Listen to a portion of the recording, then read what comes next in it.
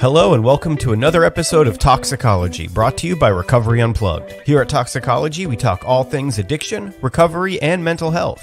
Tonight's guest, founder of the Knoll Family Foundation, Kellie Nowell. I'm your co-host, Jason Cabello, and as always, your host and mine, Joseph Gorordo.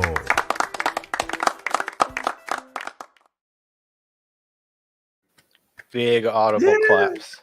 Oh man, big claps. Oh, Jason, I'm so excited. I know you. I could see you, man. I could see it. I know it is because this is the first time you've ever said anything like off the bat. Just like you're ready. I'm psyched. Guests, welcome to Talksicology, you guys. Oh yeah, them. Yeah, there's people watching right now. Thank you for tuning in tonight. If it's your first time here, if you're a return listener, thank you. We love interaction here. Please feel free to comment in the chat.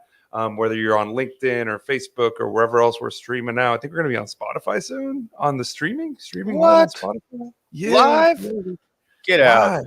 So for the people who do listen just in podcast form and aren't watching the live stream, I have severe ADHD, so if somebody I know or like says something like, "Hi from Huntsville, Alabama," we're reading it off the screen because people are chiming in from our live stream. Yeah, we don't always specify that that's what's happening sometimes when we're shouting people out, but we're glad you're here. And I'm super psyched about today's guest, who we'll get to in just a second. But Jason already mentioned who it was in the intro. So before we get to our lovely guest, Jason, how have you been? I've been good, man. I've had a good couple of weeks. A lot of skateboarding. You know, if I get to skate a lot, I'm a happy man. Haven't gotten hurt on it, knock on wood, and yeah, man, things have been going good. Yeah, love it. You? I'm living. You know what? I'm gonna get a little vulnerable. I actually this past week have been feeling a little overwhelmed. Just nothing crazy, but trying to be a great dad, trying to be a great husband, trying to be a good employee, just good, not great employee, good employee. Yeah, middle of the road. Yeah. But well, you far exceed that. I work with you, Joseph. You could you're great at what you do. You help bring many people in. You save a lot of lives, and I don't want you to minimize that at all. Yeah. Well, I know, but still, I appreciate that, and I'm not good at receiving compliments. But I think sometimes we forget that, like, not something huge, terrible doesn't have to happen for you to, for things to get tough, right? Sometimes just everyday life can be a lot, and I don't know. I feel like me, like as a man and like a head of household, sometimes feel like I'm not allowed to not be okay, Right. It is the little things, man. I do, and I relate really heavily. There was a poem by Charles Bukowski or something in one of his essays where he says, it's not a major incident that causes a man to break. It's a broken shoelace. It's something small like that just sends you over the edge, or it's like, I just can't take it anymore. Yeah, absolutely. Yeah, so I've been like that lately, but I mean, I'm blessed. Life is good, Baseball coaching going well. A lot of baseball. Yeah, I got the hat hair going on today, and baseball's going good. And hey, shout out to Sylvia from the Valley joining us. Sylvia's my friend down there in South Texas. Yeah, it's our first time. Welcome. Yeah, it's our first time. So we don't have a press, radio, and film segment this week. No, we've both been really busy at work, and I haven't really been ingesting too much meat. I've been trying to stay away from my phone a little bit more too. It gets distracting. Yeah, I mean, Gilbert Godfrey dying though, that weighs pretty heavy on me. It seems like in the past 2 years, I'm huge comedy fan, especially comics that I grew up with in the 80s. And we lost a lot this year. Last year, Norm Macdonald, Fred Willard, and now Gilbert Godfrey, man. So that's sad. Yeah. It's sad. Yeah, it's very sad. But on the opposite side of that, I did get to do an interview today with the local Austin news station about saving lives, right? About do tell. yeah, I got to talk about how Texas passed a Good Samaritan law last year, where people can call to report overdoses. Isn't quite as meaty as we would have liked it to be, but we got something on the books because we were one of 3 states that did not have a Good Samaritan law. So I got to talk about naloxone and Narcan and all that good stuff and how it can save people and inform the public about Good Samaritan law so that people know. And, right. And don't hesitate to call if they're with someone who overdoses. So I thought that, opposite of all the sad stuff, right? Yeah, but that's huge, man. I mean, because how many stories have you heard about like somebody overdosing and it's like they get, if left outside of a hospital, that's like, I've heard that dozens of times. But I've myself been there when somebody has overdosed and just call 911 off their phone and run. Yeah. I've done that twice myself in Florida, and I didn't want to see any policemen at that point. So yeah, hopefully this will save some lives. What about you? Have you ever been in a situation like that? Oh, a couple times, but I can tell you the first time did not hesitate to drive this young lady to the hospital, stuck around, didn't think for 1 second I was going to get in trouble. And eventually, a police officer came and found me in the waiting room, started asking questions in a very aggressive manner. Nothing happened, but put the fear in me so that, the next time I was with someone who was overdosing, we were not getting help. We tried to help the person and they survived. Right. But, we took the risk because we didn't want to get in trouble. So, yeah, I mean, it's a real thing that happens on a daily basis in our country. Yeah, definitely. But what you been listening to? How's your music life? My music life is always pretty good, man. It's listening to, I'm not even sure if it's new, but it's like new stuff that I've been like just finding on my feed. Horse Girl is really good. It's some like a little bit shoegazy, a little bit like bedroom kind of indie rock stuff, which is great. I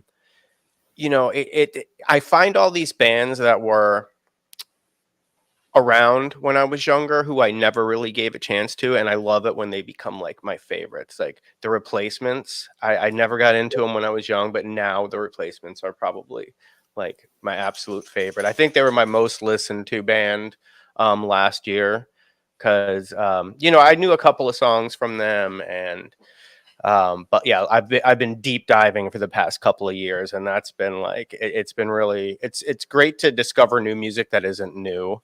Because, I have my foundational music, which is like the stuff that shaped me, which would be stuff that had a big impact on your life.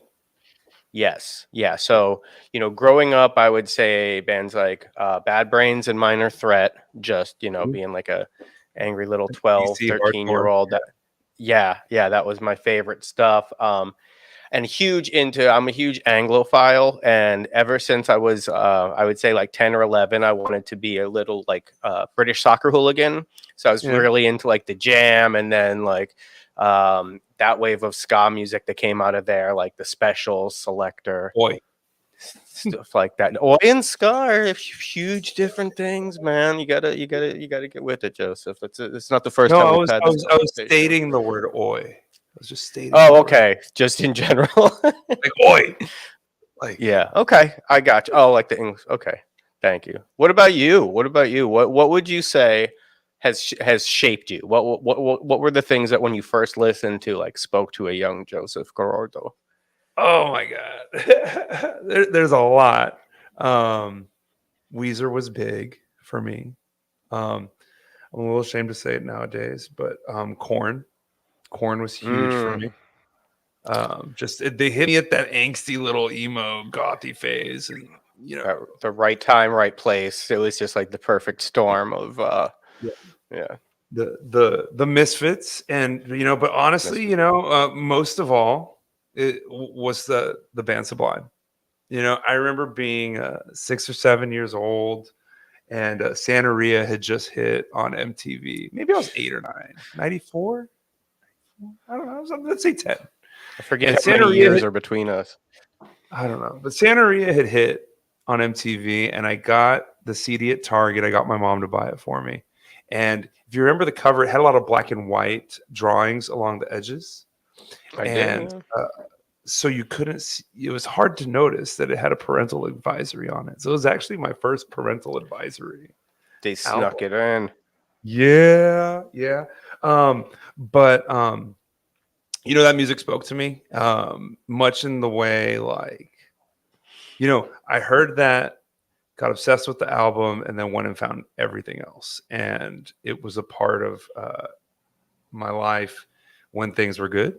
It was a part of my life when things were bad, when they got real bad, and then it's continued to be a part of my life now that things are good. Sublime, the music, the lyrics, the throwbacks to all the different genres, just some of the bands that you mentioned, right? They were influenced by Bad Brains and influenced by the Specials. Oh, yes. Absolutely. Influenced by the Descendants and all these great bands. And so that's why I'm so hyped about our guest today. Kellie's an amazing person in her own right, and you guys are going to see that in just a second. But it's just that extra special thing for me because of that connection. So right. Without any further ado, let's bring on Kellie Nowell, Executive Director of the Knoll Family Foundation and the sister of Bradley Knoll, the lead singer of Sublime. Kellie, welcome to the show. Thank you so much, Jason. Joseph, so nice to be here with you guys. Oh, man. Nice to have you. Great audio. Yeah. You like my setup. So, recovery is a small world, right? And the way I was introduced to Kellie, I think, is kind of cool, right? A gentleman named Tyson Sullivan, who works in treatment out in California, had come out to Texas to visit another friend of mine, Frank Parisi. So we're shouting both of those guys out. Frankie is a Manhattan born and bred New Yorker who transplanted to Texas for recovery. And so I'm friends with Frankie. Frankie says, Joey, I want you to meet my boy Tyson. We're going to bring him over to check out Recovery Unplugged. And so Tyson comes over, and we have guitars everywhere at Recovery Unplugged. And I grabbed a guitar just randomly and started playing Bad Fish, which, truth be told, is one of my least favorite Sublime songs. But it's nice on an acoustic, It's everybody knows it. And Tyson starts singing. And immediately we were soul brothers. We did the whole song right then and there. And then he told me, hey, I think you need to come to California. I want you to meet Kellie. You should be on Kellie's podcast. And I went on Kellie's show, and now Kellie's on our show. And it's just, it's awesome. But I'm talking too much, y'all. All come full circle. It's come full circle. Yeah. Tyson is actually on our board of directors. Yes. Yeah. He's wonderful. Yeah, he's a great guy. You should check him out on TikTok. He's been posting a lot of TikToks lately, all about recovery. I've seen a couple of them. Yeah, love him.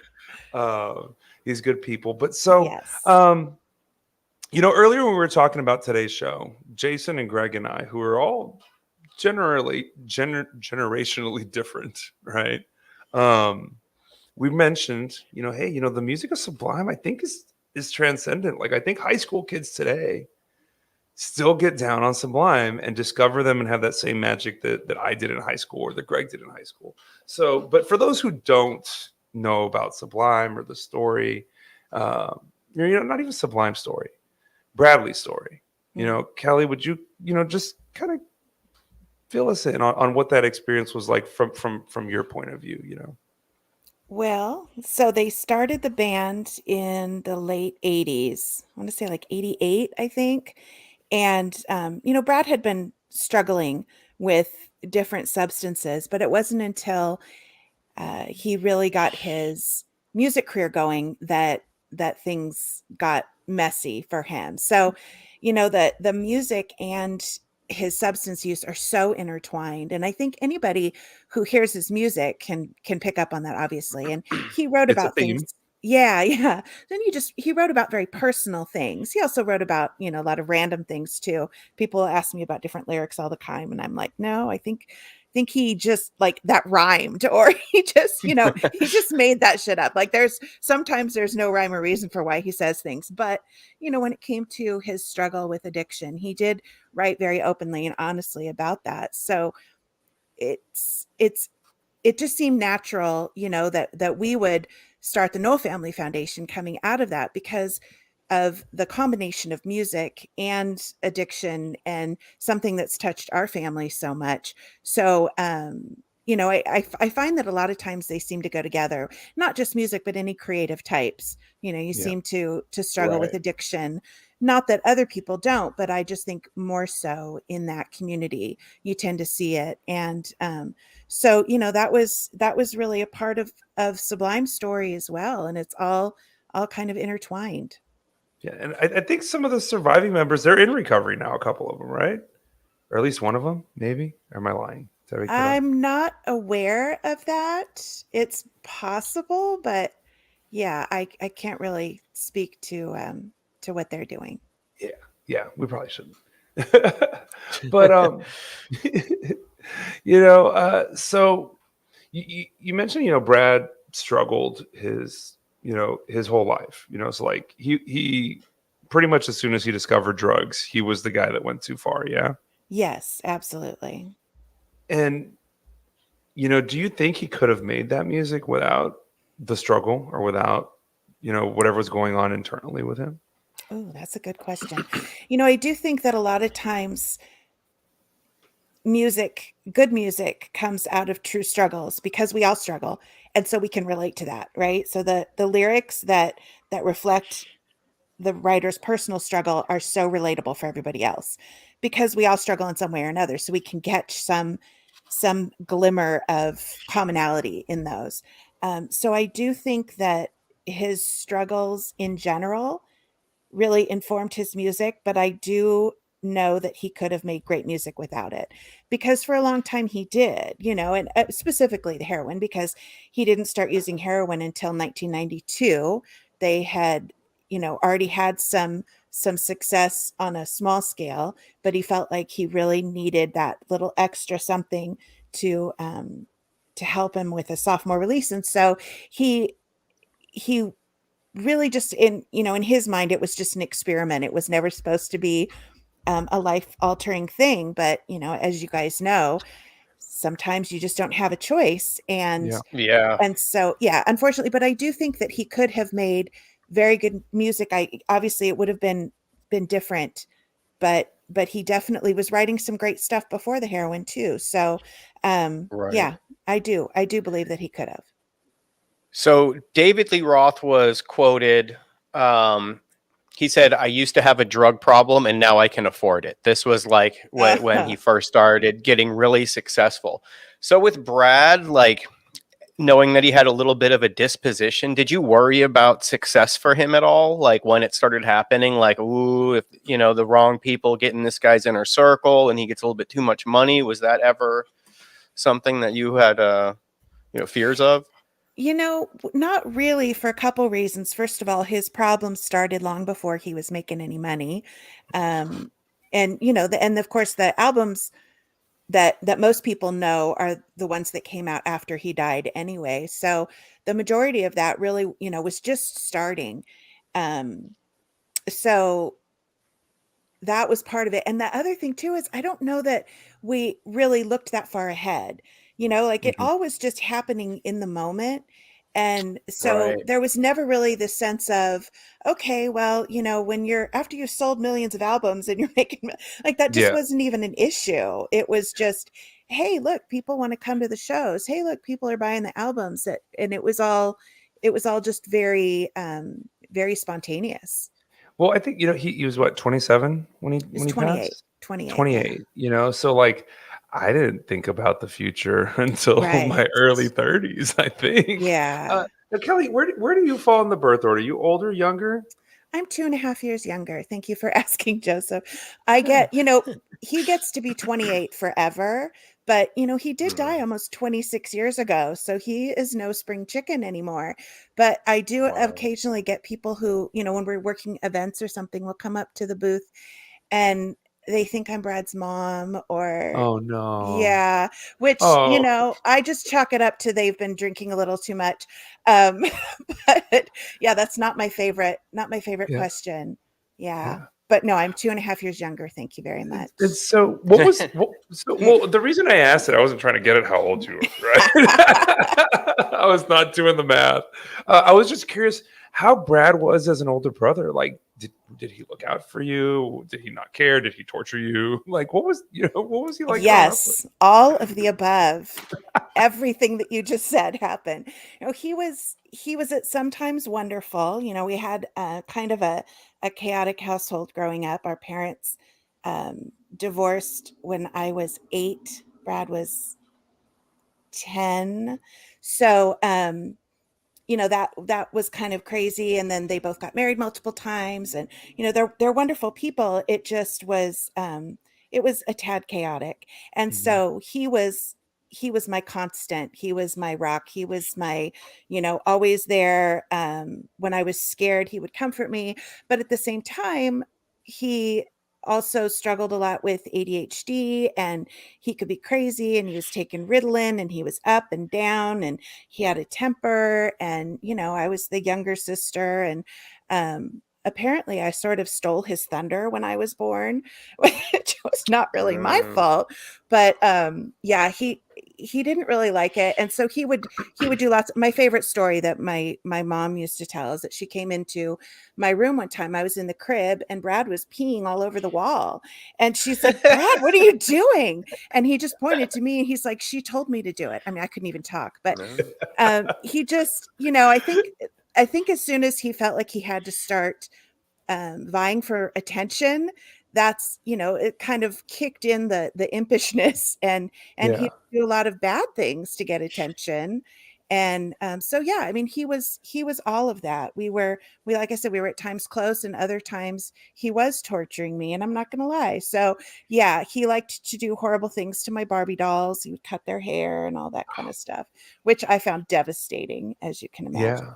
Yeah. Yeah, I mean, it's all about perspective, right? When you're little, It is, those are yeah. big problems. It really Yeah. is. Yeah.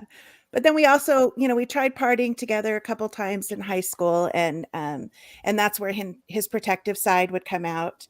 And so that didn't work so well, because he was a bit of a buzzkill. So Oh, would he stop the boys from he making did. advances? He did. He was harassed, and it was not pleasant. So yeah, so we stopped hanging out after that.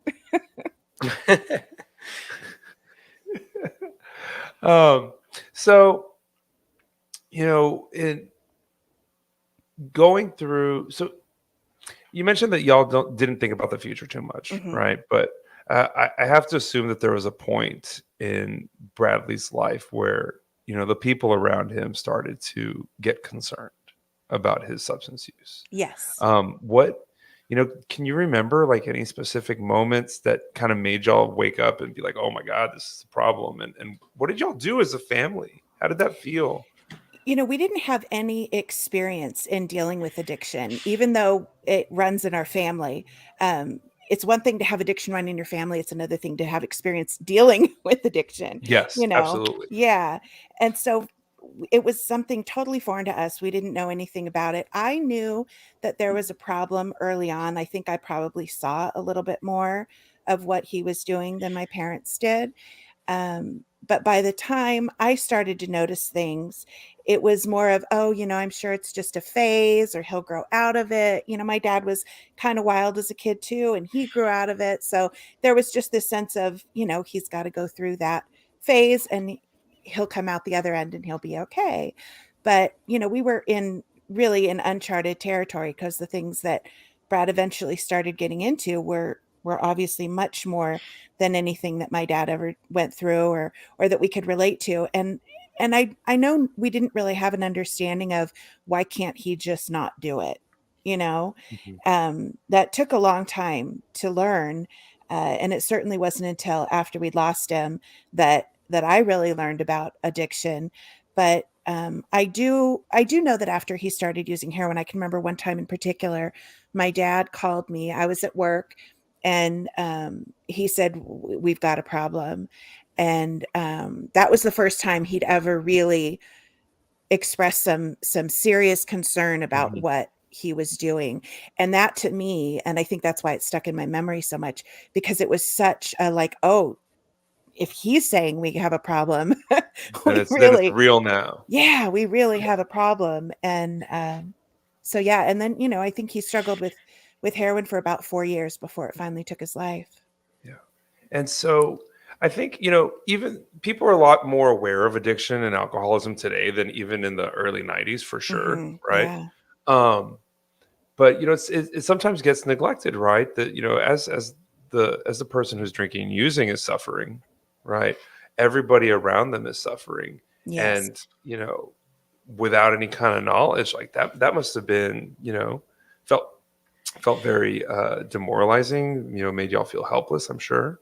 Definitely helpless. Yeah. And as I said, it wasn't until years later that we really started to understand it. And now a big goal that I have is to help eliminate the stigma of addiction, because we all are, deal with an addiction to something. For some people, it's, exercise or shopping or things that seem quote unquote normal, and we don't really look at it as a bad thing until it starts to get in the way of your everyday life, and unfortunately, substance use is one of those things that can become very obvious, and so you really have to address it. But I long for the day when it's just like anything else. This person struggles with this, and this person struggles with this, and addiction is just one more thing. Because I do feel that once it becomes more normalized, then people will get help.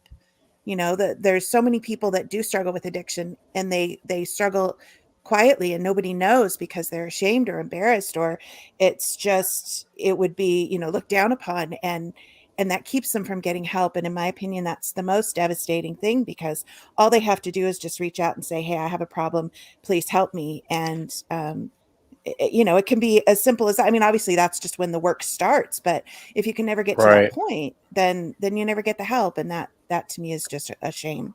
Oh, Kelly, dropping some truth. You're getting some amens in the chat. I saw that. So, thanks, Tina. Jason, you're going to say something? I was going to ask, did Bradley ever have any attempts at any kind of recovery or treatment?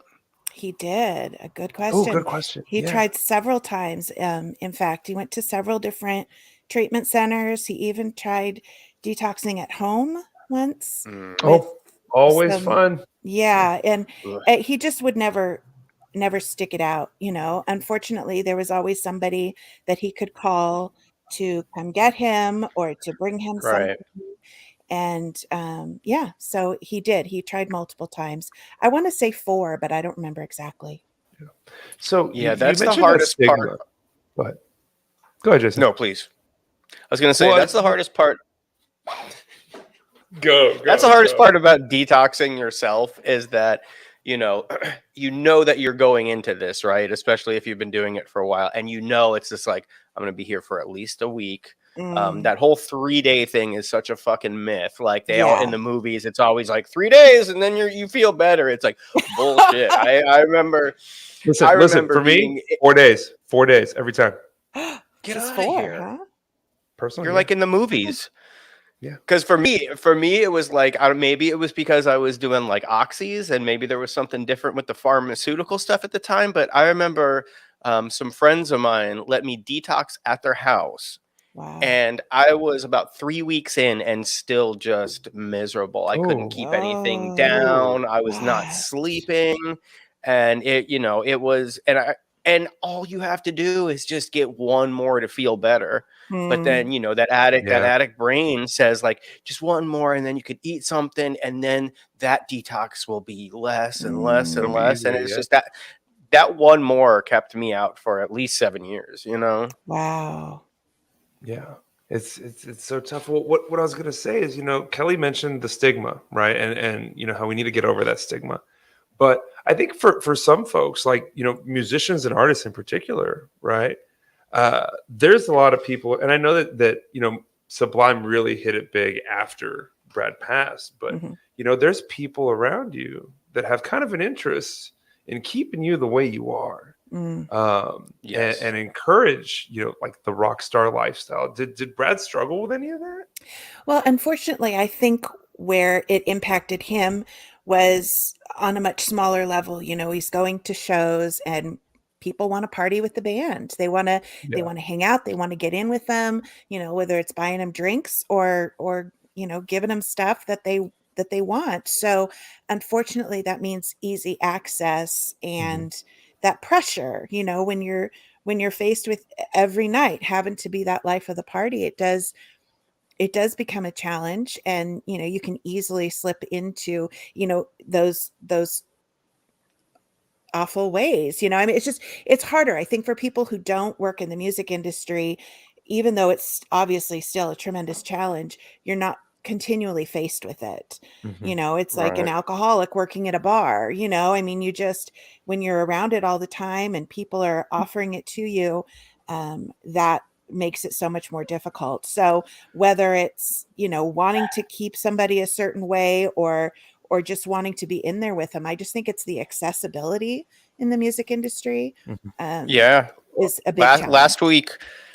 last week we had Doc McGee on the show, who was managing Motley Crue during their heyday, and his role was like, I could get you guys, you know what I mean? I'm gonna Yeah. get you guys to the top. So it was like he went from being like drug dealer to drug dealer Mm, keeping awayer, like, oh, you know what I gosh. mean? All of a Yeah. sudden when it became a problem, Yeah. and there's just so much excess in there and so many hangers on that just want to be part of that inner circle and will do anything to, and a lot of times you'll have people who are maintaining their addiction by sticking around somebody who has money. You know what I mean? Mm, They're basically sure. like a remora, just feeding off of this person by getting them what they want whenever they want it. Right. A Right. remora? I was totally Those are going the to Google fish. that. Those are the fish that like stick onto sharks. Ah, Okay. gotcha. Wow. Deep cut That's there. I thought good. you like were trying to say menorah, and I was like, oh, that doesn't. Anyway. No, I knew what I was saying, Joseph. Remora. Menorah Greg, can we get a definitely was not right. definition Yeah. or a picture of a remora real quick on the screen, Oh, please? wouldn't that be fancy? All right, Kelly, before I interrupted with the aside on the fish. What Oh, were you saying? I don't know. I think I was done. I was glad you asked, though, because I literally was like, remora. I'm going to have to look that up when we're done. Yeah. So thank you. So I'm really curious, Kelly, because we've had guests on the show who've lost loved ones, right? Yeah. It's an experience that's all too common in the United States, right? Yes. Now, but not everybody has the experience of having their loved one just memorialized on radio, TV, books, T-shirts. I mean, they got Sublime T-shirts at Target nowadays, right? Yeah. How does that make it more difficult? Even now, years later, or is that nice for you? What is that like? I would say it's a mixed blessing. I'm very fortunate because I get to hear his voice all the time. I get to see his face, Yeah. it keeps it right in front of me. So I don't have to worry about forgetting what he sounds like or what he looks like or his mannerisms. But at the same time, um, really, we deal with grief by just getting used to that person not being in our life anymore. You never stop missing them. You never stop wishing they were here, but you just learn how to, live your life without thinking about them all the time because, that can make you very sad. And so I don't have that luxury. And I'm not complaining because, like I said, I feel so fortunate that I can hear his voice all the time and he's always with me. But at the same time, sometimes I don't want to think about it. Sometimes I don't want to think about him. Sometimes I'm very angry that he's gone and left me alone. And all the, shit that I have to deal with because he's not here. And I get very angry with him for that. And I don't want to talk about it. And I don't want to be his sister. And I don't want people to message me. And so I do have those times too, just, being perfectly honest. And so it's not that I'm ungrateful. I just, I think it's more difficult to deal with the grieving process when that person is always right there. And it's different. Yeah. Yeah. Well, I think about like the parallel of how you said earlier, like through the chaotic childhood with the rest of your family, like Brad was your rock, Mhm. and then he's the one that exited early, Yes. and Yes. how at sea you must have felt. Yeah, it was very difficult. And I actually was already married. I got married very young. So when he died, I had been married for 5 years, I think, almost 5 years. But I just remember this feeling of being completely alone. And Mhm. I don't know how else to explain it, but just realizing that one constant in my life was gone, was just such a deep sense of aloneness. And I do still feel it sometimes. And, I'm very fortunate. I have two wonderful sons and lots of great friends and family and all that. But it's just that feeling of aloneness that when you lose someone that's so important to you, I think it's just kind of hard to shake that. Yeah. Yeah. I lost a friend last year during the pandemic, Oh, I'm and so sorry. someone actually, one of Kay from he works for Recovery Unplugged. Hmm. He talked to me one day, and I opened up to him a little bit, and he said, all the pain you're feeling, all the grief, that's just the love that you had in your heart that you didn't get to express. And I Mm. was just like, ooh, I get Oh, goosebumpy. Just yeah, Kay man. drops some nuggets Sh- sometimes, you guys. Shout out to Kay Anderson. He is the man. He is our chief marketing officer, and he actually started. He was the first host of the show when it was just the Oh, live stream of the Dope Sick show. But he is an uh-huh. extremely busy man, and but if he's listening, Kay, what's up, man? We love you. Yeah. Um, which like if we think about like Brad, like how much grief and love has been felt by bajillions of people, right? Like Yeah. that's kind of cool. It Like is cool. I appreciate that, around the anniversary of his death or his birthday, people will say comments. And it took me a while to really be okay with people saying, "Oh, I miss him," who'd never met yeah. him. Yeah, Because you're like, fuck you. You don't yes, that's thank you. my brother. Yeah, Exactly. Yeah, like there's no way you miss him as much as I do.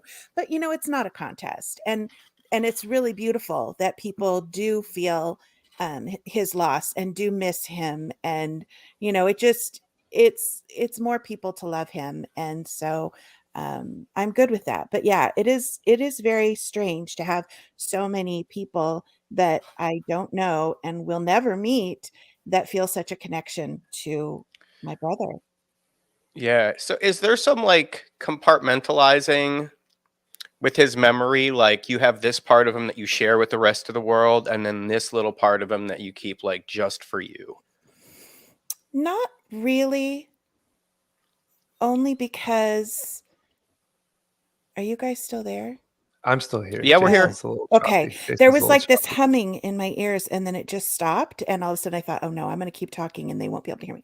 Um, yeah, no, actually, I think one thing that my family has been really good about is just sharing Brad in general with people. And I learned that from my dad. That was very difficult for me. And so I would come around when he'd be talking with people and I'd be like, "Oh my gosh, he's being so honest and open and vulnerable."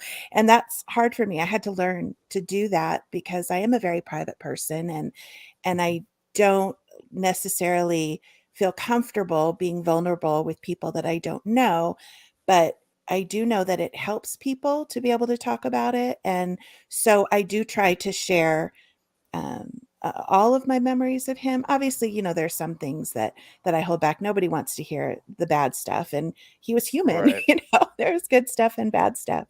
So I obviously I try to dwell on the good stuff and the things people want to hear, but I have learned to be very, very open with my thoughts and feelings and memories about him, because if it can help somebody a little bit to relate or to understand or to deal with their own struggles, then I think it would be selfish of me not to. Well, thank you for that, because I'm from South Texas, and Selena, her family Mhm. is notoriously uber protective and controlling of Mm, her image, and they don't want any of her personal life super out there.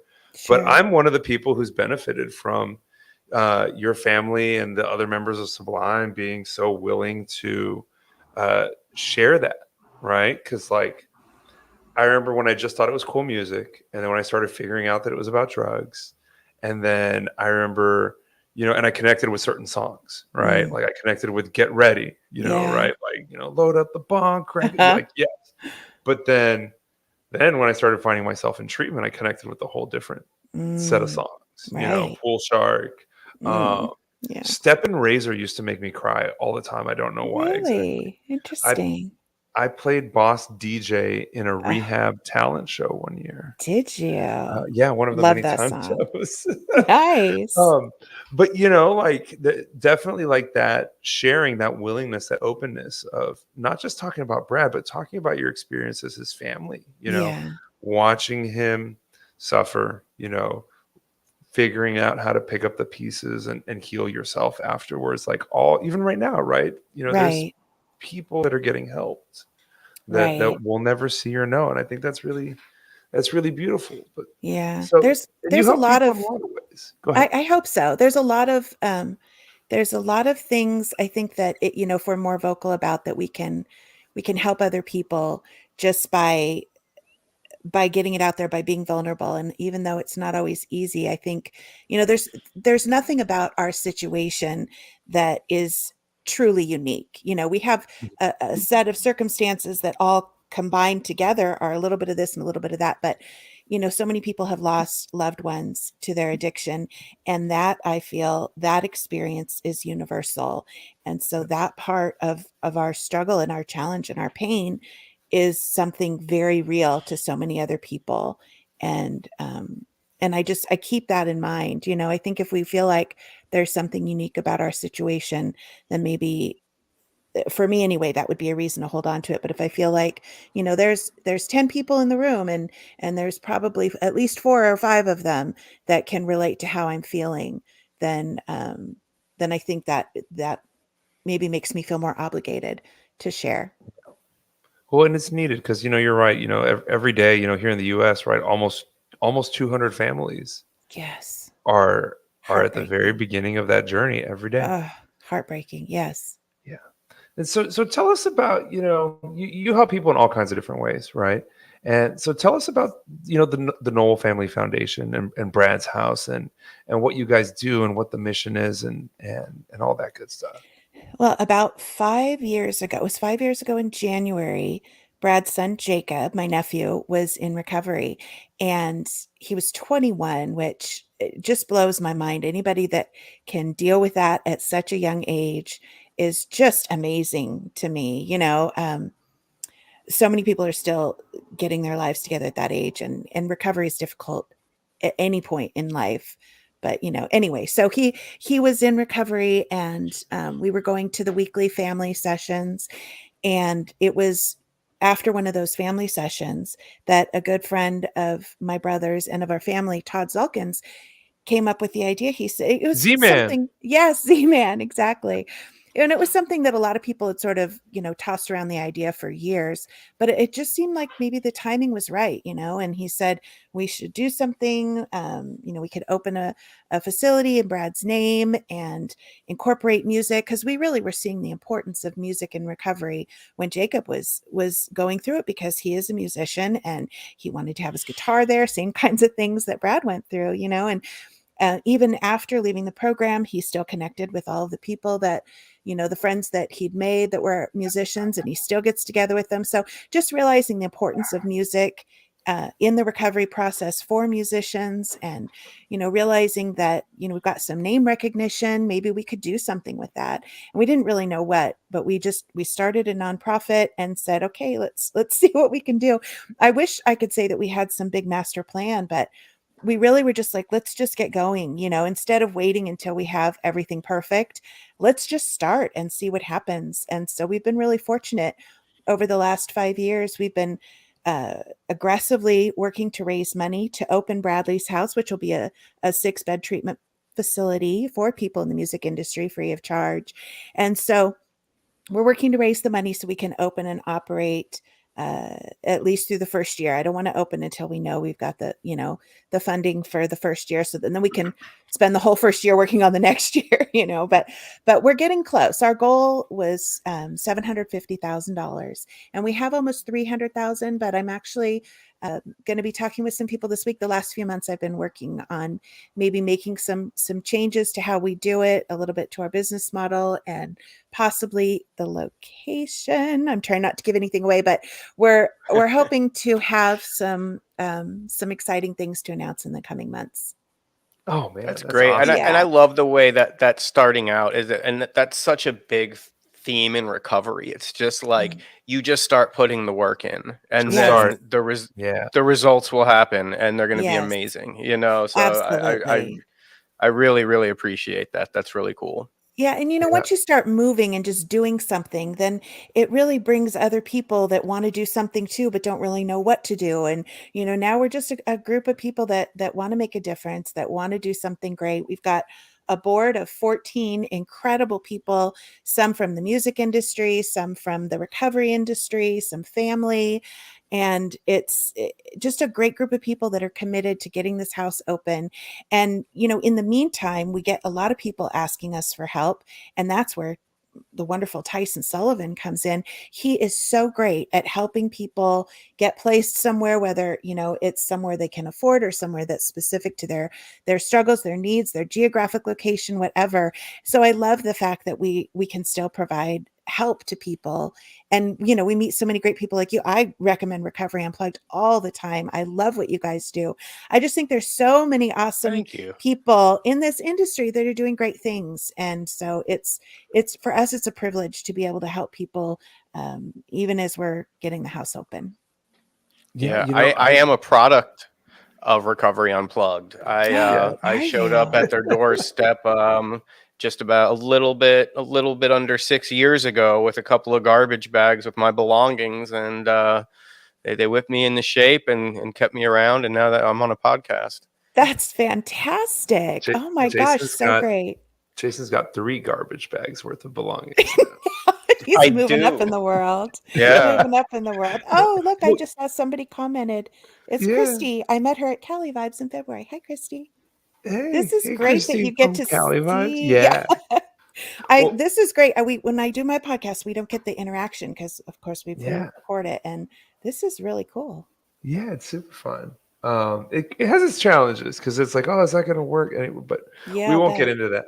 But you triggered a memory for me when you mentioned that you actually do recommend Recovery Unplugged to folks. I remember last September I was at Six Flags here in Texas, riding roller coasters with my kids when I get a call from Tyson, and Tyson's like, "Hey, there's this guy, Kellie called me. She said to call you. This guy, she said she talked to this guy, and this guy needs to be in a place like Recovery Unplugged. He's got to bring his guitar. He's in Texas. He's perfect." And I'm at Six Flags, like in between roller coasters, like, kids, you go. I gotta call this guy real quick, but that's what we do, right? Yeah, absolutely. And I honestly hope to come and visit you guys soon because I really feel like the mission of what you're doing is so in line with what we want to do with Bradley's house, Go. Bringing music into recovery. It's just when Tyson told me about you guys, I got so excited and I went online. I'm like, this is so great. So yeah, you guys are doing great work there. Yeah. Well, so let's get off the flattery train real quick. I like the flattery train. Jason's okay with it. I'm very comfortable aboard. My sponsor gets on my case sometimes. He'll say something like, "Oh, something complimentary," and I'll kind of start talking. And he's like, "The correct answer is thank you." Oh yeah. Just say thank you. Yeah. So we're getting towards the end of our time, but Kellie, I wanted to know, you mentioned you and your family not having any like support or like awareness or understanding of what to do during Brad's addiction or after his loss, his passing. What do you wish you would know? Like, what would you like to share with people? What do you wish families knew now in these situations? Honestly, I cannot recommend more highly that people who have a close friend or family member that's struggling, go to Al-Anon. that for me was life-changing. One of my close family members was struggling a few years ago. And so I started going to Al-Anon meetings, and I'm telling you, it made all the difference for me. I have never struggled with addiction of my own. I just have, friends and family members who struggled. And so not being able to put myself exactly in that position, I just had to guess. It was like, this is how I think I should respond. This is how I think I should respond. And, most of the time we do pretty good guessing, but sometimes it really helps to have somebody go, hey, you know what? You could do this a little better. And for me, that's what Al-Anon taught me. It helped me to learn that, I didn't cause it. I can't control it. And damn it, I've forgotten the other C, but sorry. Cause it, control it, or I don't know. Anyway, it's going to drive me crazy, and I'll remember as soon as we're done. But all those things, I think we tend to think that we have more control over it. Oh, I can't change it. I think that's what it is. Let's go with that. Let's go with that so I can get back to focusing. Somebody from Al-Anon will let us know in the comments. Yes, they'll let us know. Yeah. But what it really helped me with was understanding relapses, because in my mind, when this family member of mine relapsed, I was like, God, we've been working so hard doing all these things. How could you do that? And I didn't realize that I was making it worse. And so anyway, so the next time there was a relapse, I said, you know what? It's okay. I love you. Let's get back on. Let's just, let's focus forward and do it again. And the response from that person was, wait, you're not mad? Like, no, I'm not mad. And it was such a different dynamic, that allowed us to really focus on that person's recovery and wellness and wholeness, as opposed to increasing the blame and the shame and the guilt.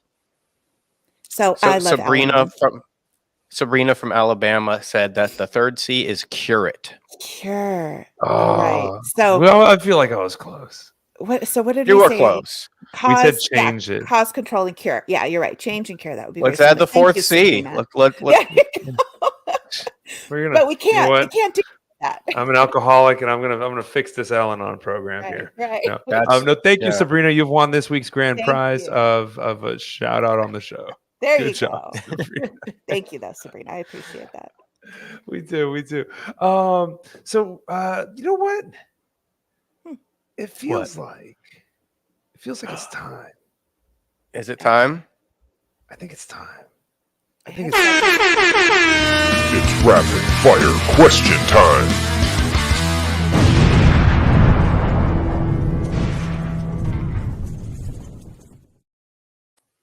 Oh, I am so explosions. Nervous. Explosions means questions. I feel like I gotta bust out like a mullet and a headband for this. I want to see it. By the way, Sabrina just educated us a little bit more and said there's a fourth C that says you can contribute to it. Yes. Damn. Sabrina, she's all about the wisdom today. We're gotta have Sabrina on the show. Yeah. Teach us about Al-Anon, Sabrina. All right, rapid fire question time. Okay. All right. If you were a cookie, what kind of cookie would you be? Chocolate chip. Why? Universally liked, I think. I told you I'm a people pleaser. Everybody loves a chocolate chip cookie. Chocolate chip cookie is a people pleaser. Yeah. When was the last time you laughed so hard that you cried and your stomach hurt? It was in February. Is that weird that I remember? February was a really crazy, busy time. And I also actually lost one of my good friends in February. But before he passed, we had a really great weekend together, and I laughed so hard I cried. Love it. What is your go-to binging show on Netflix or Hulu, whatever streaming service? Schitt's Creek. Yeah. I have probably watched the entire series at least half a dozen times, because I can put it on in the background and it's just like my family is talking in the back. I love Schitt's Creek. It's the greatest show. Love it. I love that journey for you. So Alexis. Beatles or Stones? Oh, I'd have to pick Stones, but honestly, not really a fan of either one. Sorry. They're both wonderful, okay. prolific bands, but I don't listen to either one. Okay. Well, Metallica. Look, or you guys look Pantera? so disappointed. No, couldn't it's just even- we appreciate the honesty because most people would have just picked one and gone ahead, but I Just Yeah. move like on that. with it. Yeah. Yeah. Yeah. Kelly, if you had to pick one song to be the soundtrack to your life, the theme song to your life, what would it be and why? Can I pick two? Sure, whatever. Go for it. Look at me already breaking rules. Well, my first one would be Four Simple Words by Frank Turner. He's one of my absolute favorite artists, and that song is my absolute favorite. Not a lot of people have heard of him over here. He's a British artist, and he's fabulous. He's like punk folk music. It's just, he's the greatest. I absolutely adore him. Okay. So Four Simple Words, it's a great song. You've got to check it out. And as musicians, you'll appreciate it too.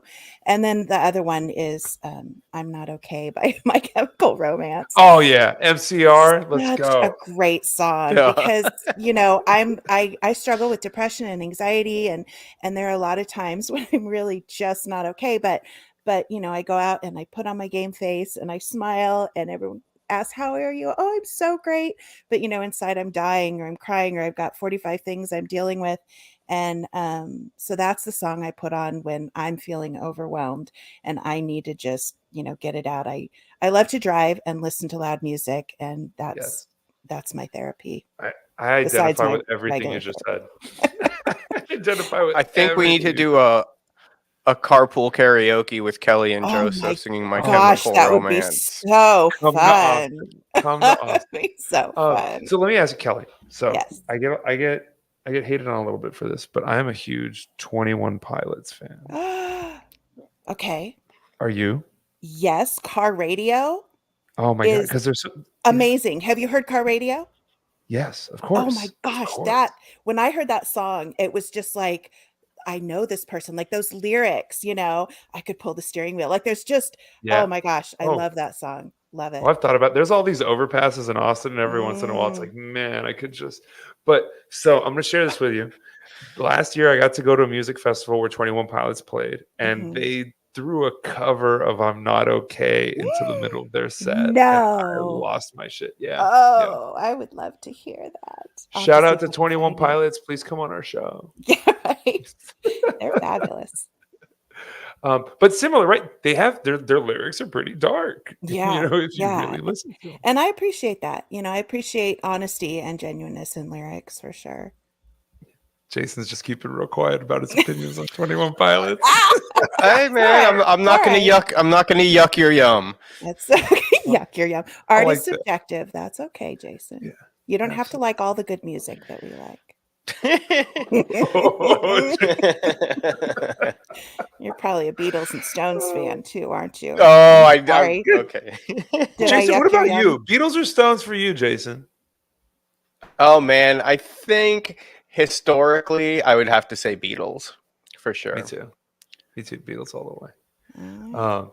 All right, guys. Well, Kelly, thank you again for taking the time out of your day to come on our silly little show. Thank you for having me. Even though it is the greatest recovery and mental health podcast that live streams on Facebook at 7 p.m. on Thursdays, we're the greatest one, hands down. It is. Just reminding all our viewers, we'd love it if you would like, follow, and share. You can find us on all your favorite platforms, Apple Podcasts, Spotify, etc., etc. We appreciate all you guys being here. Kelly, we're going to give you the final word. Is there anything you want to say before we wrap it up? I would just love to thank you guys for having me on. Thank you for the work that you're doing. It is often thankless. And I know not just the people that you touch directly, but all the people indirectly that you touch through your podcast, through all the different things you guys do.